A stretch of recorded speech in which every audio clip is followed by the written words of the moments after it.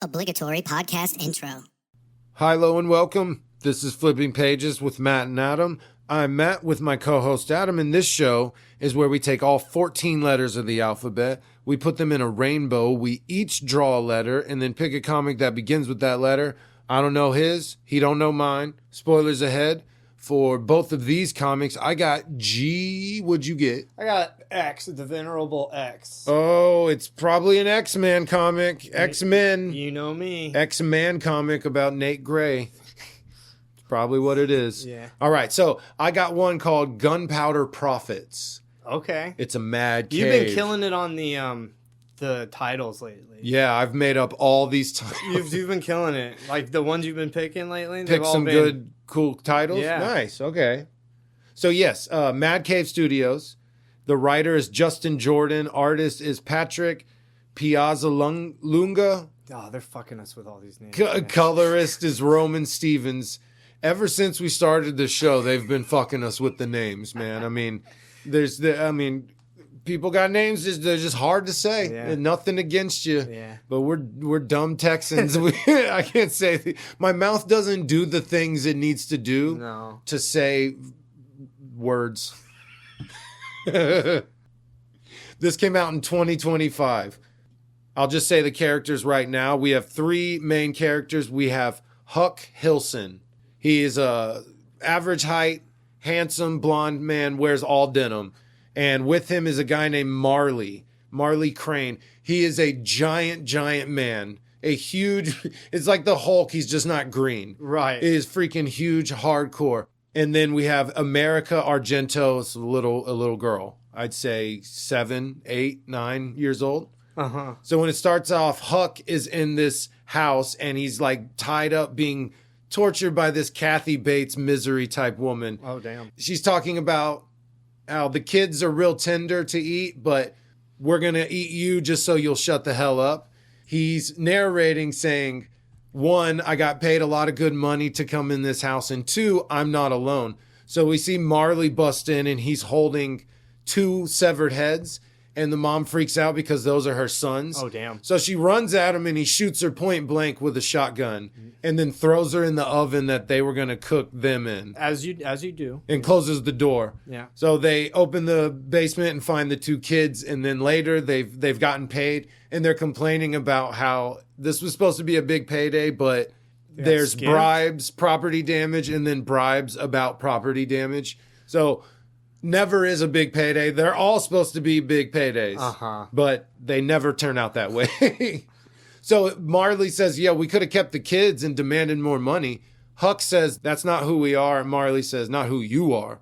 There's a moment where they say, what's your plan? And he says, kill them all. Mm-hmm. And then they say, that's always your plan. Yeah. So that's his character. That's always the option, is to just, well, fuck it. I'll just start killing everyone. Yeah. That is him. Huck is more brains. They roll together. They do these jobs.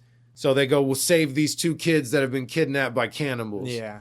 Pull up to the restaurant to go to this meeting. They see, Marley sees the restaurant and he grunts. Huck asks him what's wrong, and he says, a lot of ghosts. So a lot of dead people. So there's a bunch of floating ghosts everywhere. Oh, he meant literally. Okay. Yeah, so he can see them, but Huck can't. And he says, which kind, floaters or revs? And he tells them floaters.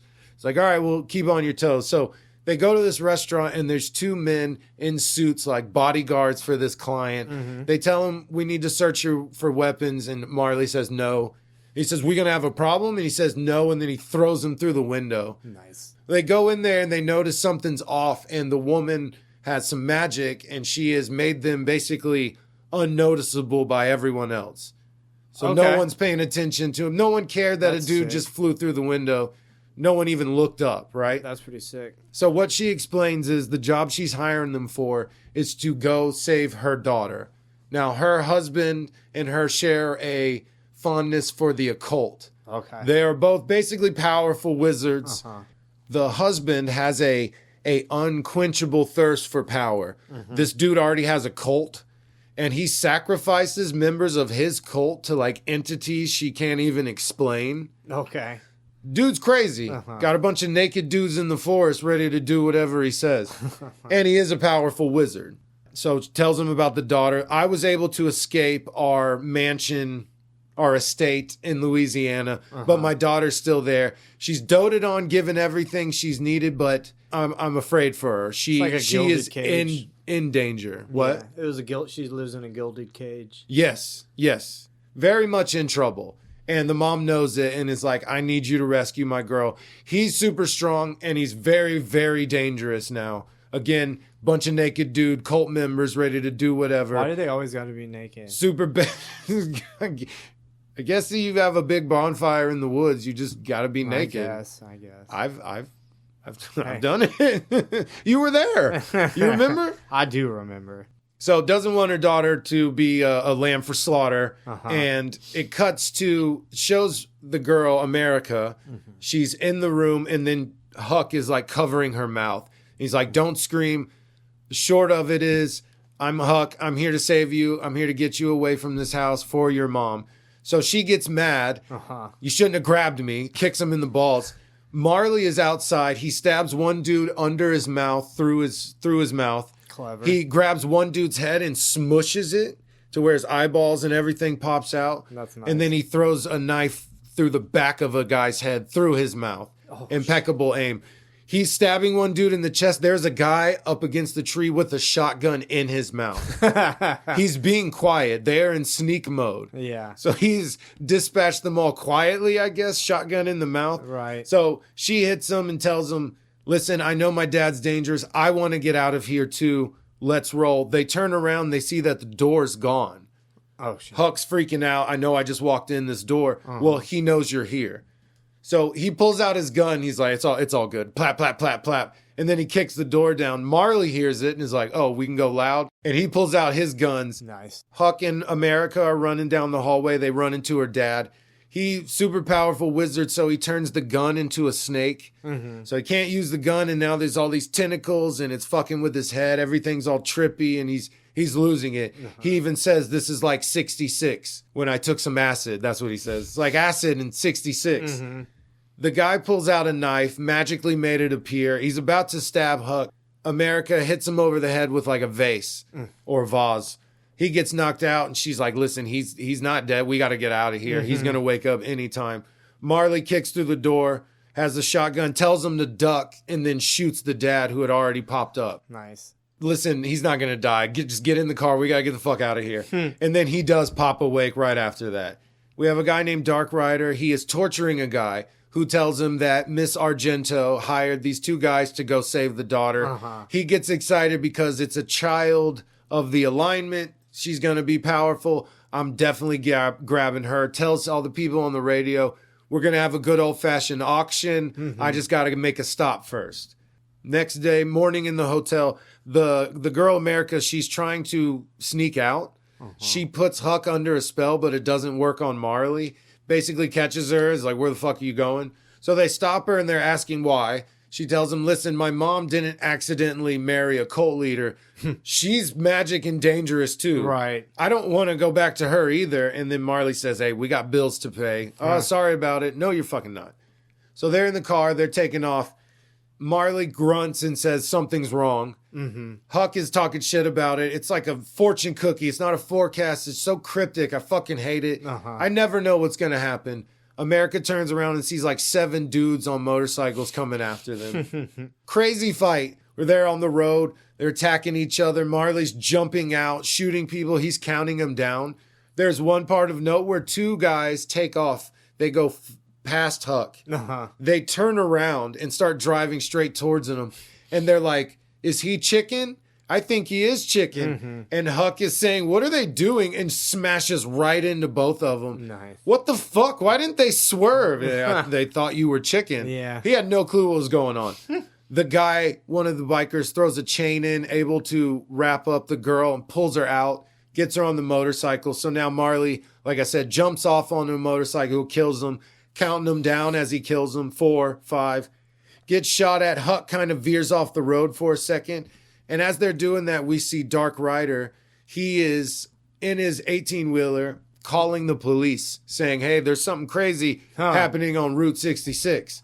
2 guys on bikes. They roll up right next to Marley. He does the slam on their brakes, and they shoot each other. Nice. I love that move. He's like, love that move. 6. the biker that has America is like, this dude you have is fucking crazy. Mm-hmm. Where did you find him? Marley somehow gets shot at. He ducks it, shoots the guy's tire out. That guy goes face first into the concrete. Huck had veered off the road and comes off like in a ramp, lands right next to the guy on the bike, and it veers him off, so he is able to get turned around. Marley rides up right next to him, in front of him, and punches him, and then grabs America. Uh-huh. So they're all dead. It's him and the biker. They have this cool fist fight where Marley just kicks the dog shit out. He headbutts him. The biker tries to kick him, and he breaks his leg up. Oh. And then he starts punching him, and America says, is he done yet? And Huck says, well, the cracking stopped, but no.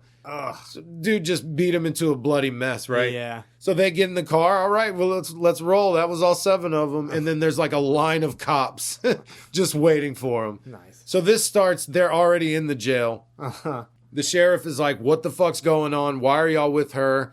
The other cops are outside with 5 or 6 of the dead bikers. Mm-hmm. They have them all lined up. We see Papa Argento doing some naked spells in the forest and tells them all the ones that fell will now rise. So these dudes turn into zombies and pop up. The cops start freaking out. One of them starts praying. One dude just takes off, and that's William Williams. Uh-huh. His name's Billy Williams. Uh-huh. Floating, turned into real zombies. Yeah. They literally are like, we're above bullets. Uh-huh. We don't get hurt by it. And they just start tearing all these cops to shreds. Nice. Billy Williams is able to get on the radio and tell the sheriff what happened, but they don't understand what's going on. Uh-huh. So they get on their bikes and they head towards the sheriff's office. Marley and Huck are like, we know the shit has hit the fan. Let us out. Uh-huh. Let us out. So take some convincing, but once the bikers show up and start circling the sheriff's office, I bet. he's get them out of there. Mm-hmm. Marley asks for the evidence locker keys, and he's looking outside and he's seeing these zombies get hit and shot and nothing happens. So he decides, all right, lock this place up. Give him the keys to the evidence locker. Mm-hmm. Huck wants to go check on America and finds that she is not there. Marley finds something in the evidence locker. And this is such a cool scene. It shows all the bikers like silhouetted in fire, holding weapons. They look badass. And then it shows Marley, not silhouetted, jumping into the flames. Okay. And he looks like the Hulk, man. Oh, just sick ass framing. Okay. He's coming out of the firewall. It's such a cool panel. Good. It's good. It's real good. Really good panel. He's super psyched because he's never got to kill someone twice. So he is loving this. And he found a chainsaw in the evidence locker. So he's chainsawing people's heads off, their arms. The guy with the chain is able to pull the chainsaw away, and they circle him on the bikes and they're punching him. Uh-huh. The sheriff and Huck are outside with shotguns. They're blasting him. Marley's just going to town. It shows him stick his thumbs in his mouth and then his fingers in the eyeballs. Uh-huh. And the sheriff says, what is he doing? And Huck says, well, every day he likes to change it up. It's always like just a horrible, horrible surprise what he's going to do. And he rips his head sideways. Oh, okay. He sticks it and he goes side to side and rips it in half that way. It's disgusting. From top to bottom. Yes. This is totally 70s grindhouse. Yeah. I totally forgot to say that, but this is a 70s grindhouse comic. Definitely. That is exactly what it looks like. They go look for America, who's not there, and they show Dark Rider in his 18-wheeler with her in the back. It switches to her point of view from earlier that night. Mm-hmm. The sheriff goes to let them out of the jail cell. She hops out of the window. She does a spell that is do not see what's before you, and she starts hitchhiking. Okay. Immediately gets picked up by this dude who's on the radio telling everyone the auction's on. Let's go. It's time to go. Tells her what's happening. You're at an auction. Uh-huh. Don't know what all these people want you for, but there's a bunch of weirdos. Don't know why they're here. It shows Huck and Marley getting their car Baby out of the junkyard. They call her car Baby? Huck does. Okay. Marley calls it, and he gets really upset when it happens. Okay. Her name's Baby. So he tells him, Dark Rider is telling her about all the colorful characters that want to purchase this little girl. And it's these two weird Amish twin-looking dudes who want to use her as a weapon against her mom and dad. Okay. The old woman with her 3 black-haired vampire daughters called the Beldame family. Uh-huh. And then the man from the border. It's just a dude in a suit. They say no one knows what he wants. All super creepy and fucking weird. Yeah. Dark- Somehow not as bad as what I was picturing, to be honest, though. It could always be worse, bro. Yeah. It could always I be was like, worse. oh, okay, yeah, they have nefarious plans, but okay. Dark Rider pops up, tells everyone, all right, let's get this started. She is a child of the alignment, super magical. If you're wondering why I haven't bursted in flames yet, it's because she hasn't really learned how to do that. So perfect time to purchase before she comes into her own. Okay. So everyone starts bidding, freaking out. Huck sees this, sees who's there. Straker, that's his name, Straker. Stupid name. Sees that it's Straker. Huck says, okay, I agree, listen. by the way. Thank you. It's a dumb name. That's why I couldn't fucking remember it. I got your back on that one, bro. Huck says, okay, Marley, there's like 30 to 50 dudes down there. We can't just go start killing everyone. Let me do my thing. We've done your thing for a while. Let me do mine. Okay. So he goes down there. He walks up to the two bearded weirdos and he says, man, it's too rich for my blood, but you really going to let those weirdo girls have him? Nice. Goes up to the weirdo girls and says, you going to let those nut jobs take her? Goes up to the man from the border and just says, never mind. The two bearded weirdos, they pull out their gun and immediately shoot at Straker. Oh, that's even better. They're like, give me the girl. Yeah. It just erupts. The man from the border opens his coat and mechanical bugs fly out and start chasing everyone. They seem to be a good size. Not like Wasp size, but I was not huge though. Okay. Like enough that like, okay, if I took my shoe off, I could probably handle one of them. That's funny. Well, it's metal, so. It is. Yeah, exactly. So Straker is now ducking and dodging. He's going after the girl. The whole place erupts, riot. Everyone's starting to punch and fight each other. Nice. These mechanical bugs are just stabbing random people. I like that. So he sees Huck and he goes, oh shit, if that's Huck, then there's Marley. It cuts to Marley, who's in a big ass trench coat for some reason, wasn't wearing it.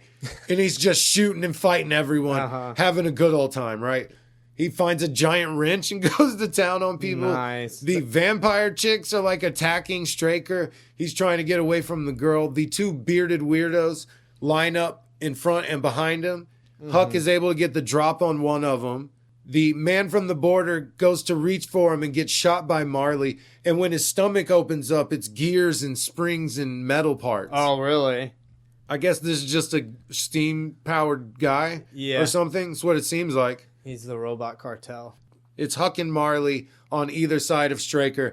Basically tells them, okay, give up the girl. He lets her go, and they just shoot the fuck out of him. And then Marley walks up with his double barrel and gets him in the head. Nice. Still in a dangerous position because all these people are like, okay, we're coming after you now. Yeah. You have the girl. Marley says, oh, I got this. He opens his trench coat. It's full of grenades. Nice. Huck is like, where the fuck did you get all those grenades? He says, it's Texas. And then just starts throwing them into the crowd, one after the other, just exploding everything and everyone. Damn. It's absolute chouse, bro. So he's like running, stepping on people, just hucking them here and there. Nice. It's anarchy, man. They get in the car, they try to take off, and they can't. Papa Argento is standing in front of the car. Uh-oh. They look in the rear view, and Mama Argento is standing in front of the car. So there's 5 issues. This is the last one.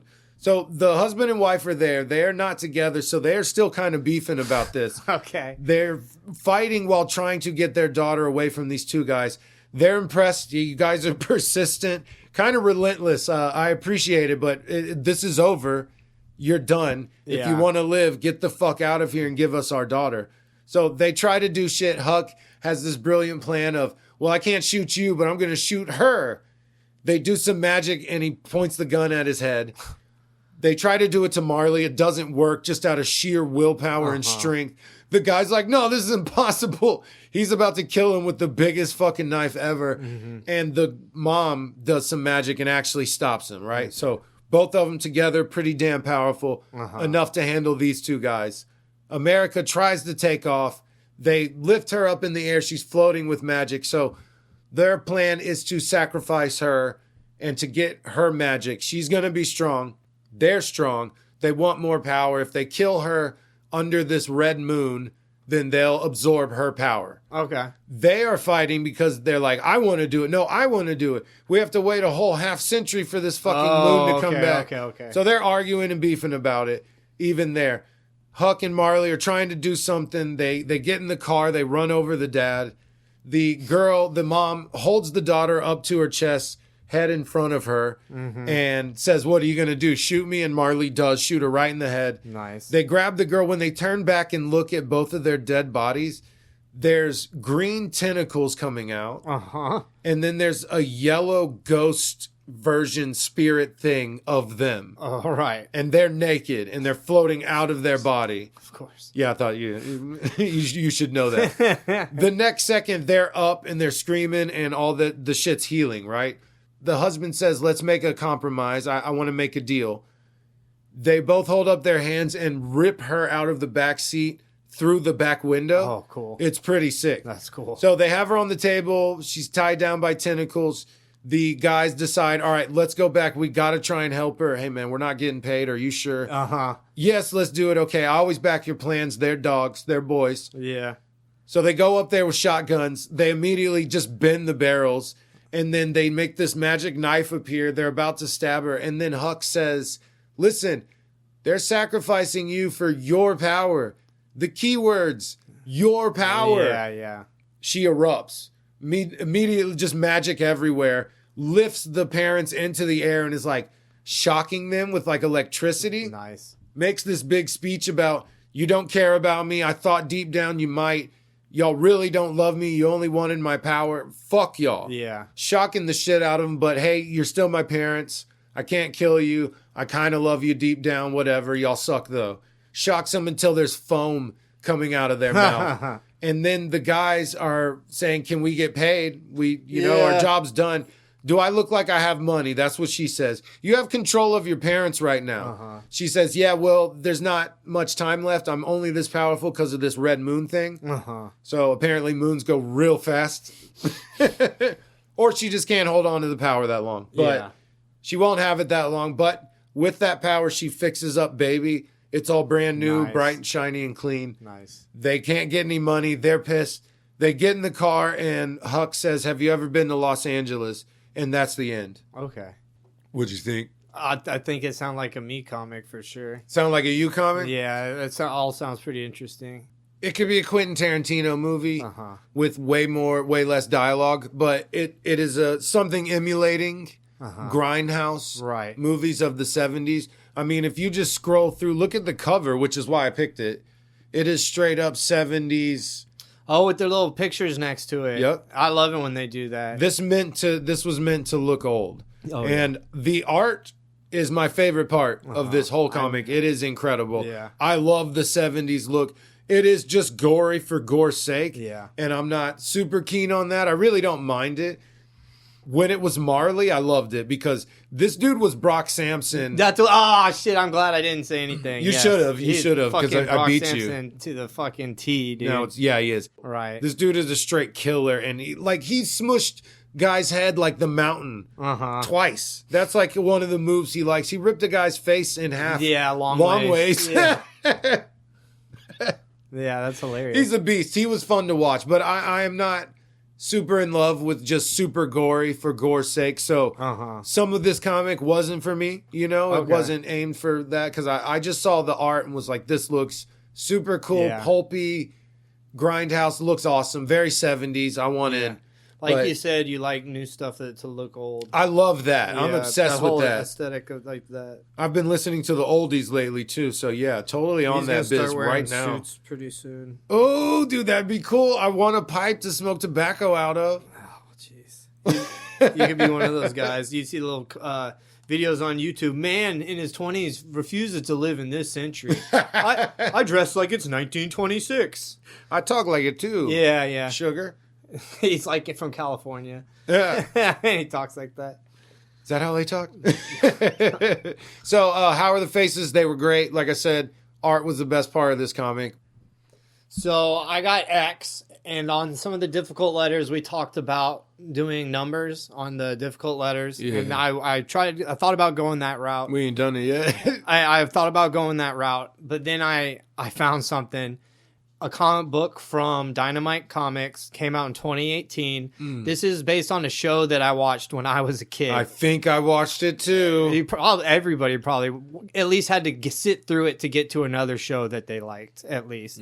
So I have Xena. No, she was after Hercules. Xena, Warrior Princess. And it's even called Xena, Warrior Princess. Xena Warrior, dude. Yeah. Yeah. So this is they made a bunch of Xena comics even back then. Yep. Like the current time, at the concurrent time, they were doing comics when the show was on. Yeah. So this is a 2018 reboot, whatever you want to call it. It seems like they do a bunch of like little mini arcs and they separate them out that way. Okay. So this is a 6-issue arc, and then they have like 7 other it's the same time period Xena comics from Dynamite. It is the same setting and storyline. Yeah, it seems like it. It seems like it. Because you don't really reboot unless you're restarting like a universe and you're going to do multiple. So it's extremely like the TV show in that it's very episodic. Each issue kind of has a beginning, middle, and end. Monster of the Week. This is a 6-issue arc that maintains the story across all 6 issues. Cool. But in each issue, they're in a different location and different things happen. It feels like episodes. You could translate it to be in an episode. Cool, that's cool. So fucking love Xena. Had mad crushies on her. Oh, big time. Oh, super in love Gabrielle. with her. I liked her sidekicks. Gabrielle was the one I liked. Yeah, but man, Lucy Lawless? Yeah. I liked her, just not crushies liked her. Yeah, crushies. Yeah, she was awesome. Mad crushies, bro. Yeah, I guess I'd maybe explain what Xena was. Xena is a spin-off of another 90s TV show called Hercules. This was awesome. Yeah. I loved Hercules. Very cheesy, but it was extremely popular at the time. It was well done. The story was there. The care and the heart was there. Yes, and that part. People saw it translated well like that. It was well loved, and people... Yes. The people who created it also seemed to enjoy it. Mm-hmm. And they Xena, what he would do is just travel. He's traveling around. He's helping people. It's the exact same Xena. There is no overall storyline. I guess maybe there's a. I'm looking for his mom or whatever. Right. Okay. So yeah, I didn't remember. It's been a while. But in one of those episodes, him just traveling around this fantasy world, helping people, beating up monsters and stuff. Super rad. Xena pops up. Yeah, in a bunch of episodes. She was a recurring character. Yeah, people liked her. She was like the bad guy to begin with. Yes. She was one of those characters. She could fight him because he was throwing monsters around. Yeah, he's a demigod. Yep. So she fights on the level of a demigod is how they power scale her in this world. Right. So she's a badass. Up against a direct god is a problem, but demigods, that's where she's at. Yeah. So the beginning starts out, it says, in the time of ancient gods. So in her world, not only were the Greek gods real, the Roman were gods, even though they're kind of the same thing. They are. All the other countries had their own gods. Okay. And she travels to a bunch of them. We do see other people's gods. Oh, that's cool. So that's like a big overarching thing is gods in Xena. I mean, it was in Hercules too, but... So we find Gabriella and Xena. Gabriella is Xena's sidekick. Yep. She's a cute blonde girl who's a bard. Mm-hmm. So like what you think of a bard, but a little more badass. She has a staff. She can squat. She has a staff. She's more of the kind one. Like, oh, Xena, we need to help these people. Mm-hmm. But by the time this comic happens, they are bubblegum. The world. Xena loves the world. She's so nice now. Oh, she wore it down. Yes, she's very super viewer friendly. Yeah. Is like the version of Xena we get. And they're actually dating in this one. So so I don't know. I know they didn't have that outwardly in the show, but I remember being a kid, people saying that. Dude, I could tell as a young kid. I'm like, oh, they like each other. Yes. That's what they were leaning towards. Yeah. Without being outward at all. Oh, yeah, because it would get immediately canceled. It was very kid-friendly show. Yeah. Like, you have lesbians in a kid's show in the 90s? Right. They'd lose their minds. They would have to be the bad guys. If they were in the show, they would make them the bad guys. And get shot with a stray bullet. Because that happened a couple times. It's a standard way. Yeah. Okay, so Gabriella and Xena are just traveling the world, helping people at this point. Cool. They don't have any agenda of their own. They're out there being good people. And that's what I meant by no overarching story. Like, they don't really... have a place they're trying to make it to most of the time. She's not trying to win back godhood. She's not trying to, get her kingdom back. They're just cruising around making episodes of Xena Warrior Princess. Helping people on some dry shit. So they're on the road, and we open up with them defending people from bandits, which happened every single episode of Xena. Yeah. And then as they're finished defeating one foe, a guy runs up on a horse and he's yelling, Hercules, Hercules. And they're like, well, Hercules isn't here, but maybe we can help you. He goes, no, you're chicks. Have you seen Hercules? Because like we need like a dude who could like maybe help us. We heard Hercules is around here, and they get mad. They're like, no, we could help you. And he goes, who are you? You're just some chick. He literally said that. Oh, hold on. Before I get too far into it, I want to say the writer is Vita Ayala and the artist is Olympia Sweetman. So this guy who was trying to find help, asking for Hercules, he explains, hey, we need help back at our village. So we go back to their village. Gabriella breaks off from Xena. Gabriella goes and talks to all the kids. She's like interviewing the kids. What's going on with this city? They found out Discord, which is one of the Greek gods. Her and Xena have like a particular, like a love-hate relationship. Okay, yeah. Like they're not complete enemies, but they're definitely not friends type of thing. They might fuck every now and then. They implied. Yeah. Yeah. So they say hey, Discord is going to do something bad. So they're immediately like, all right, we'll go help you. They get there. They're like, hey, Discord's going to take our children. While Gabriella is talking to the children, they're like lifting up horses and like moving carts by themselves. So we find out this whole village is yacked, bro. Like they're fucking so jacked. They've been doing like growth hormone since they were babies type jack. So even the old people in this village are strong. Nice. Then their kids are stronger than them. And then the grandkids are like almost demigod level strength. So we're like, whoa, something's really going on. Yeah. What's the story with this village? What's going on with Discord? They say we're miners. We mine. We Discord is our patron god. We've been trying to appease her, but now she's saying she wants to come and take our children for some blood deal that we don't even remember making. We don't like that. Yeah, we would like to keep our grandchildren. We want to keep the kids. So they're there. The town is having like an argument, and then we find out there's some shenanigans went on 25 years in the past.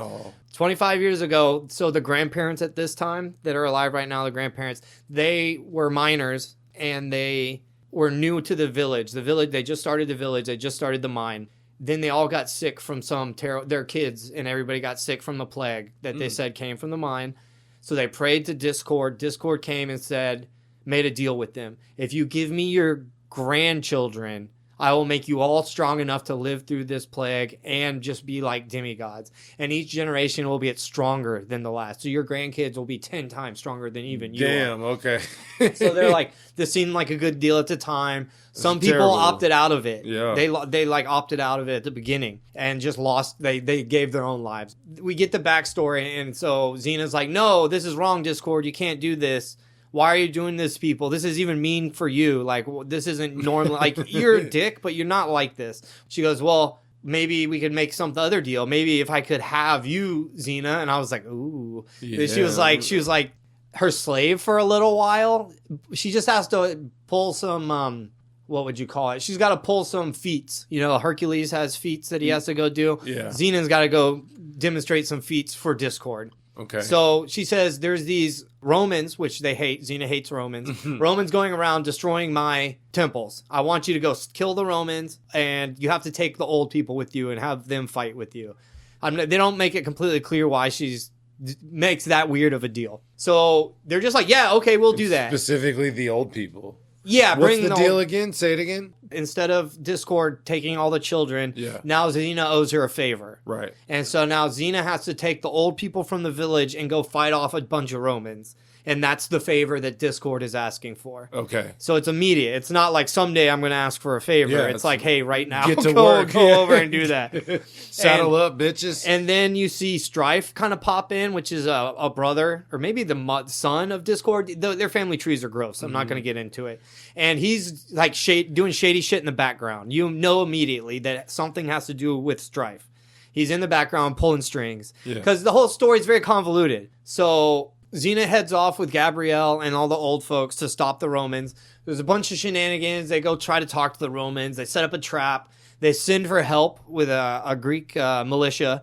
So all the plans fall together. They fight them in a thin pass. So their numbers mean but nothing type of situation. It's not even like a big drawn out battle. It's more like tactical type shit. And Xena's like, hey, we've got you surrounded. We have the Greek militia here. Give up. So it's not even a full battle. It's like a little skirmish. And then she's like, makes them give up. So she gets back and like, so none of the old people die. Because their strategy was so good. Okay. So they get back to the village and Discord is mad that they fulfilled, that they called the militia. They're mad because she wanted all the old people to die or whatever. That's what I the assumed. punishment. Right. She was supposed to be punishing these old people. Yeah. So they come back, and now Discord's pissed. And she's like, fine, get out of here. Then all of a sudden, Zeus and Ares and Aphrodite and Strife show up in the background. And Zeus is like, yo, bitch, you fucked up. You were supposed to punish these people for mining. They talked about the mine a little bit earlier, but nobody said you have to stop what you're doing because of the mining. Right. So we find out that's what's actually going on. Zeus is mad because they're mining the bottom of Mount Olympus. And he told Strife to tell Discord to tell them to stop. Yeah. And Strife told her something else and tricked them and messed it up. So that way Discord would get in trouble with Zeus. So this whole scheme with the town and the village, Strife fucking with Discord. Okay. They don't like each other. I think he says she's his mom, maybe. I don't know. Like I said, family tree, gross. Yep. It's a bush. It's not a tree. So Zeus is like, Discord, you're going to get punished. And Strife is like, yeah, you're going to die. You're going to die. And he's like, you are banished. And I take your powers. And Strife's like, really? That's it? Because he literally wanted this bitch dead. What do you mean? Just kill her later. Yeah, whatever. The plans are silly and convoluted with the gods, always. Yeah, they're bored. They need stuff to do. Exactly. They're playing with their giant chessboard and shit. Pretty much. So now Xena, Gabriella, and Discord get teleported to like kind of halfway across the world. So this whole world is basically us in a fictional mythic past, and they get teleported to South America. They get teleported to like maybe Mesoamerica, like Central America, maybe somewhere around in there. They get set upon by some tribesmen that are there. They don't immediately attack them. Discord talks to them, kind of mediates, and so she speaks their language, so no, they're not going to get killed. Right. They need help getting home. So they're going to this magician god lady that is in South America, because remember, it's a whole other god pantheon. Right, They want to go to her so they can get transported home. They just want to go back to Greece. And the lady's like, hates them. She's like, for whatever reason, she hates them.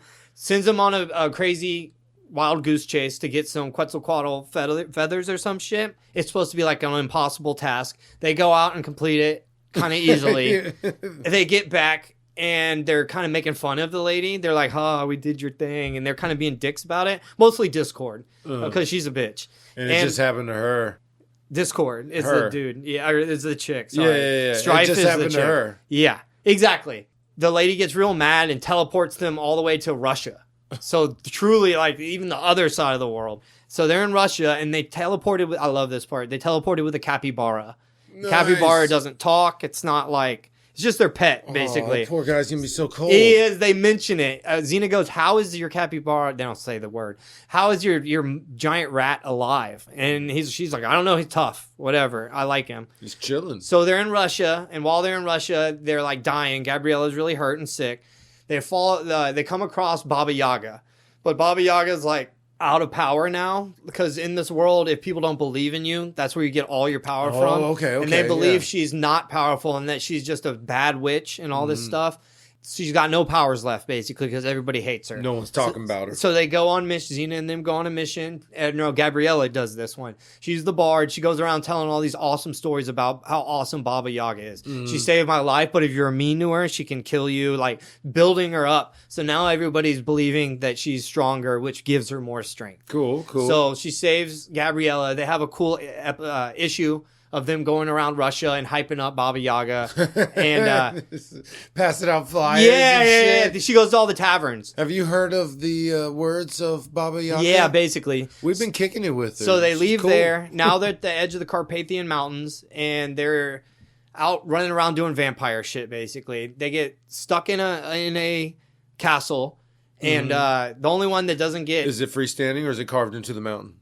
Freestanding. So Discord gets separated from Gabrielle and Xena. Gabrielle and Xena will go to the big vampire mansion.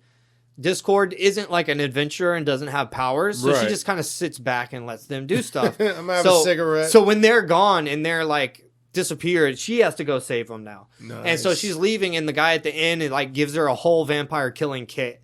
He's like, this is what you're going to have to deal with. You're going to have to save them. Don't trust them if they have red eye. All this stuff. Giving her the lore on vampires. Cool. So she's like, all right. So she goes to the castle. Gabrielle and Xena are in there, and they're like, hey, everything's fine. It's actually really cool here. Like, you should come hang out. Like, we're going to stay here. So she immediately is like, oh, obviously it's vampires. She runs into the vampire lord. He's a badass. Sangili Rajili, the Blood King. Sangili Rajili. Yeah, the Blood King. That's fun. Yeah, and he looks cool. They kind of made him look like a young man, like maybe even like a teenager. Oh. So I guess because he lives forever. Like 20? No, he looks, to me, he looks really young. Like, really? Like a kid. Oh, like what? What age? Don't keep me in suspense. 15, Matt. I don't know. 15. He looks like a very young man. Okay, well, you said kid. That's a lie. I think 18-year-olds are still kids. Okay, true. You know? So they get into like a little battle with, or Discord gets in a battle with Xena, Gabrielle, and the Blood King. And she does really good. Nice. She uses her vampire killing tools to take everybody out. She takes out the Blood King. They leave. And then at the end, you see the Blood King like rise from the grave. Mm-hmm. So you're like, oh, hey, cool, he'll be in the next issue. Yeah. No, they're pushing him off to some other point. He'll come back later. Yeah, hopefully. So this is the 6th issue, the last issue. So he doesn't come back. I thought the vampire thing was going to be way bigger and longer. Nope. Like I said, it's very episodic. Yeah, very contained. Mm-hmm. So they finally get back to Greece. They're back to Greece. Everybody's happy except for Discord. Because now she's got to try to get her powers back. She's got to talk to her family, blah, blah, blah. She's not looking forward to it. Mm. Also, she knows at this point thinks that Xena and Gabriella will leave her whenever they get back to Greece because their mission's over or whatever, and that she won't be able to hang out with their friends anymore, basically. Now they become friends. Yeah. And so they get back, they get to Mount Olympus, and they go in through the ground floor, basically, which is a giant labyrinth. They go through the labyrinth, they fight a bunch of harpies. Then a Minotaur comes out, and they're fighting the Minotaur. Discord's like, oh, I know this Minotaur, and then, like, hugs him. And then they're like, actually, we're friends from when Discord was a kid. So they get Minotaur and Discord were friends. Nice. So they get inside the Mount Olympus, and Ares and Aphrodite are in there. And they're like, hey, what's up, Discord? We're sorry we had to, like, banish you and whatnot. And she was like, no, screw you guys. This is your fault. And Xena's like, no, it's not their fault. Apologize to them. So like they apologize back and forth, and they're like, what can we do to help you, Discord? She goes, I want you to call a family meeting. And they call a family meeting of all the gods. That's not a bunch of the gods. Yeah. And they just show up like real fast. It's like a Discord meetup. It's like not even a big deal. So they all show up. They explain what's happening, that Discord journeyed all the way from the other side of the world. She made amends for her problems. Right. And then Xena's like, did y'all not understand that Strife set this whole thing up to get Discord in trouble? Yeah. And Zeus is there. And Zeus is like, really, Strife? And he's like, oh, Dad. And it's so stupid. Oh. But so now he gets his powers stripped, and he gets transported to the other side of the world now. Nice. So send his ass to cold ass Russia. So Zeus apologizes to Discord and all them, gives Discord her powers back. Cool. Transports Xena back to her horse. She has like a horse that's like her thing. Yep. Transports her back there and makes everything right. And then at the end, Discord has like a heartfelt goodbye, like, hey, we'll actually hang out and we'll be friends now. I'll call you. Exactly. I will. So that's how it ends, and it's just completely wrapped up, and they're all adventuring on again. This is just a few episodes put into a comic book. I like that part about it. 6 issues. It was a quick read. It wasn't a whole lot of pages, and there's not a excessive dialogue. The faces, very cartoonish. The whole thing's kind of bubbly and cartoony a little bit. Weird. Not what I was picturing. Yeah, not like kids' cartoon. Right. Just softer. The faces are expressive. Some of them kind of look the same, I would say. And the gods and regular people kind of look just the same. So other than that, it was all right. Bing, bang, boom. Bing, bang, boom, it's on. This is Matt versus Adam. This is where we take a random character generator online. We see who we get, see who would win in a fight. We're doing DC today. That's right. And we slap these guys right into downtown Houston, just 2 blocks. We're out doing some nighttime activities. That's right. And we see each other, and it's fight on sight. Yep. You have what you normally would have. This is bullshit. I'm really hating this rule right now, but what you would normally have is what you have on you. Yeah. No prep time, none of that nonsense. Yes. Straight. See each other in hands. Cool. Speaking of hands, I got Black Hand. It's just Black Hand, not the Black Hand? Black Hand. Black Hand, okay. I got Big Barda. Big Barda is one of the new gods. used to live on Apocalypse with She hung with Darkseid and was that crew, and then defected with Mr. Miracle. Later married him. Blah blah blah. So who are you? What do you do? So this is bullshit. I was just a minor villain for a very long time, and then I was the main antagonist in the Green Lantern series, and then the Blackest Night stuff. I became a Black Major Lantern, character. and co-leading the Black Lantern Corps with Necron. Yeah. So you were a big deal in that one. When I have the Black Lantern ring, I'm a badass, you a would force dominate. to be reckoned with. You would have dominated with that. But without it, still a force to be reckoned with. I have genius level intellect. Cool. Life force absorption. Yeah. Anything I touch, I'm killing. It's like I'm sucking it out, right? Yeah. And then cosmic awareness. Well, they always slip that bullshit in there. That seems to be way more common than I would have thought. They always slip that shit in there. But it says powers and abilities, able to resurrect the dead, drain the life out of anything he touches, and even possession. Nice. That's so good. can possess you. Right. If I touch you, I'm draining life. Right.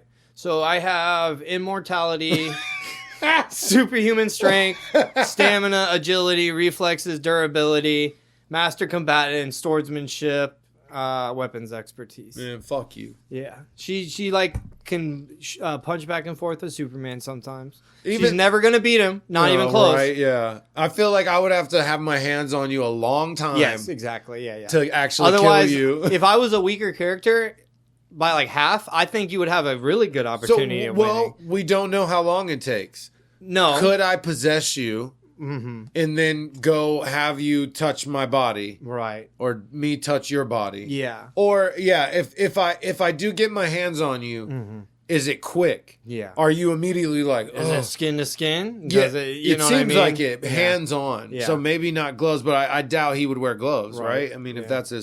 that's his power. Yeah. It should technically rot the gloves, but it just says life energy, like. So I think it could be good. A good fight. I feel it. Well, you just if need I didn't range. smush you. If I didn't smush you, you need speed and range. Yeah. Like blitz or smushing. I could pick up cars and throw cars. At very you true. and stuff Very like true. that. Yeah. So I have no defense against that. No. You catch me with a car, it's probably over. You're like normal durability. I have no superhuman anything. Yeah.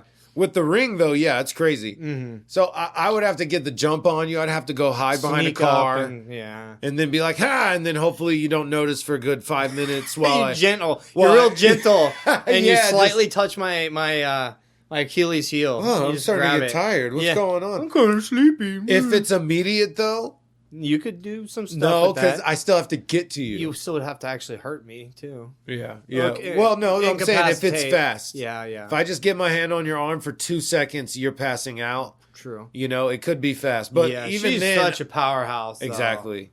Even then, I have to get to you. I'd feel like she'd be one of those people where like you'd like burst from getting too much. No, that's funny. That's like a Superman thing. But yeah, that's a cool little fight. Shut up. And if it would have been Black Lantern ring version. Well, I can't. We don't. It wouldn't even be a contest. Yeah, we don't do unless the character we drew was that exact Specific, character. yeah, if it was, yeah, we don't do that. No. But all right, well, that's 53 to 49. Okay. Yeah, all right. Well, we are on Instagram and TikTok at Flippin' Pages 24. We're on Facebook at Flippin' Pages with Matt and Adam.